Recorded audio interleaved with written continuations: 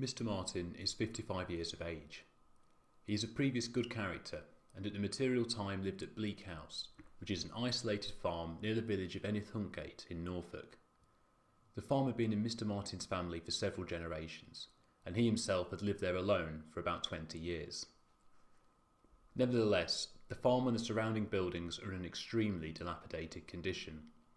The farmhouse, which is almost hidden by overgrown vegetation, gives a distinct impression, on the ground floor at least, of being derelict, or perhaps a building site. On the night of 20th of August 1999, Brendan Fearon and Freddie Barris were driven by a third man from Newark to the vicinity of Bleak House, which they subsequently entered by breaking a window on the ground floor. Both men were wearing gloves and carrying a torch and hold-all bags.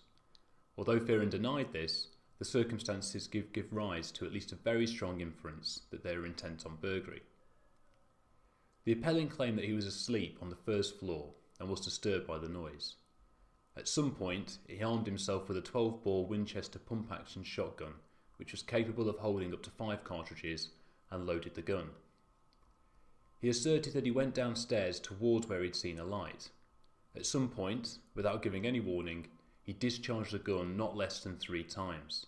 Barris was shot in the back and in his legs, and Fearon was also shot in both legs. Although both managed to get out of another window, Barris collapsed and died a short distance from the house. Fearon managed to make his way to neighbouring premises and was subsequently arrested and taken to hospital. Barris's body was found the following day by a neighbour who went to round up the appellant's dogs. The prosecution challenged Mr. Martin's account. Their case upon the first 4 counts was that Mr. Martin, having been disturbed by the approach of the burglars, had lain in wait for them and shot them at short range with the intention of either killing or seriously injuring them. Mr. Martin's case was that because of past experience, he believed his house to be vulnerable to burglary, and the events of the night in question put him in genuine fear for his personal safety, so that the discharge of the gun was in lawful self-defence. During the 20 years that Mr. Martin had lived at Bleak House, the house and the associated farm buildings had been broken into on several occasions and property stolen. It was apparent from his own evidence that Mr. Martin was dissatisfied with the police efforts to track down the culprits and with the general level of protection provided by the police to the property in the area generally. In 1994, he had caught a man apparently stealing apples from his orchard, and as the culprit drove away, Mr. Martin fired at the rear of his vehicle. On a number of occasions at meetings of the local farm watch and in discussions with neighbours and the local policemen, Mr. Martin was said to have made his dissatisfaction with the police very plain. He was heard to express the view repeatedly that self-help was the better way of dealing with criminals. He is said to have used such remarks as, "You know the best way to stop them, shoot the bastards," that if a particular team of burglars returned he would, quote, blow their heads off, and he was also said to have suggested that he would recommend putting criminals in a field and using a machine gun on them. Brendan Fearon was at the material time 30 years of age and has a criminal record stretching back to 1994 involving convictions for burglary, criminal damage, assault and wounding, together with a number of drugs offences.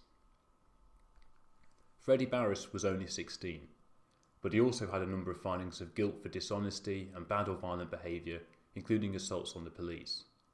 He was in fact on bail on 20th of August, and there was evidence before the jury that he had told an acquaintance that he was planning a burglary on a remote farm in Norfolk.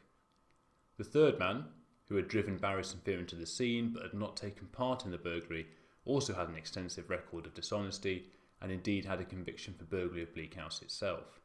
He was said to have admitted to a police officer that he had recommended Bleak House to Barris and Fearon as potentially a, quote, good target.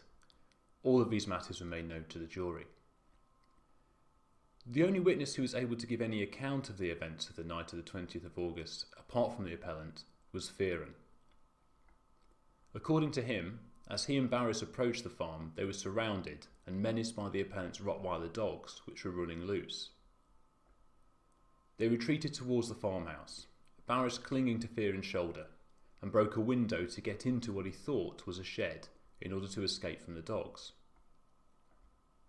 He used his torch when once in the building and realised that there was another, bigger room into which they moved. This was called the breakfast room.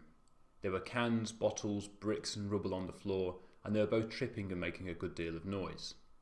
Barris was still with him. He was using his torch to try and find a way out when he saw what he thought was a torch, a load of flashing, and heard Fred shout, quote, "He's got me." The flashing came from the direction of the stairs. There was, quote, "a lot of noise, like cans and everything going over." There was then another flash, and he felt his left leg go numb. He frantically tried to get out of the window, eventually ripping the entire window frame out of the wall, and as he was so engaged, there was a further flash, and his other leg was injured. He described 2 shots in quick succession, and then a pause before the third. He got out of the window space, followed as he thought by Barris. He made his way to a nearby house and was able to obtain help. When the flashes occurred, he saw what he described as an old man standing in the stairway. In a taped interview made under caution on the 22nd of August, Fearon said that he had seen a man, quote, "on the stairs," pointing what he thought was a torch at him. In a witness statement made the following day, he said that after the second loud bang, he saw someone standing on the stairs and described his position as being more than halfway up the stairs when he saw him, possibly 3 stairs higher than halfway up. On the 10th of September, he made a further statement confirming that view, saying he saw the man and the stairs quite clearly. However, on the 15th of September, he was taken back to Bleak House with police officers to walk through the route that he had taken on the night of the incidents, and the whole procedure was recorded on videotape. He then modified his previous account to state that he now thought that the man was probably at the foot of the stairs when he saw him and not halfway up. He made this assertion on the basis that when standing at the point at which he thought he was when he first shot, it was only possible to see the very bottom of the stairs and not the whole staircase or even the halfway point. The plans and photographs before the jury made it quite plain that in order to enter the breakfast room in which Barris and Fearon were when the shooting took place, it is necessary to turn to the right at the bottom of the stairs and pass through a doorway or opening in a wall. A person descending the stairs would only be able to have a very limited view into that room until he reached the ground floor level and moved a distance, perhaps 6 feet, towards this doorway. It should also be noted that the bottom 3 threads of the staircase were completely missing, and the resulting gap bridged by an aluminium folding ladder arranged in an M shape. Another gap existed at the top of the stairs. Mr. Fearon was cross-examined about his 28th of August statement, but the change in his evidence about where the appellant was when he first saw him was not put to him, and the final version was therefore not challenged. It seems plain to us, and in the light of the information provided to the court by leading and junior counsel originally instructed, that this course was taken as the result of a considered and deliberate decision by the defence team. This decision is heavily criticised by Mr. Walking QC, who presently appears on behalf of the appellant. When the appellant gave evidence, he told the jury that he had been sleeping fully dressed and with his boots on. He heard noises which alarmed him, and he got out of his bed and went onto the landing, where he saw a bright light coming up the staircase.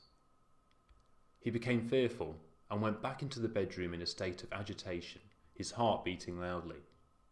He picked up the gun and loaded it, and as the noises from downstairs continued, he went back onto the landing with the gun, picked his way over the gap of the staircase and made his way down.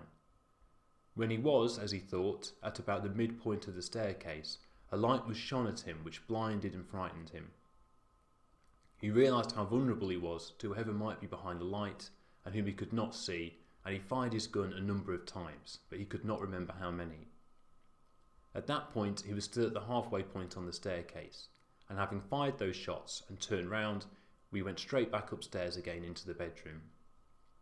He remained there for some time, and eventually made his way out of the house to his car to get a torch to look around the ground floor of the house. He could see no one, and did not think at that stage he had actually hit anyone when he fired his gun. He went back into his car and drove around the vicinity to see if there was anybody about, taking his gun with him but could find no one. He eventually went to neighbours to tell them what had happened. He then went on to a house of a friend, where he went to sleep on the sofa until he was arrested. When he was interviewed under caution, he gave an account to the police officers which was basically similar to that which he gave in evidence. He stated particularly that he wanted to make it clear that when he fired his gun, he genuinely thought that his life was in danger. He asserted that he'd never got to the bottom of the stairs and had gone no further than was necessary to see into the hallway. That was about as far as he dared to go. He was cross-examined on the basis that his evidence and the account he had given in interview was untrue, that he had heard the two men approaching the house and had readied himself so that by the time they had entered the breakfast room, he was downstairs, lying in wait in the hall with his gun already loaded, and that he had stepped out into the breakfast room and fired 3 times with the intention of killing. Mr. Martin denied this version, but though he acknowledged the effect of the expert evidence about the 2 shots at any rate, he insisted that he himself never got below halfway down the stairs, and that when he was interviewed, he was clear as to where he had been.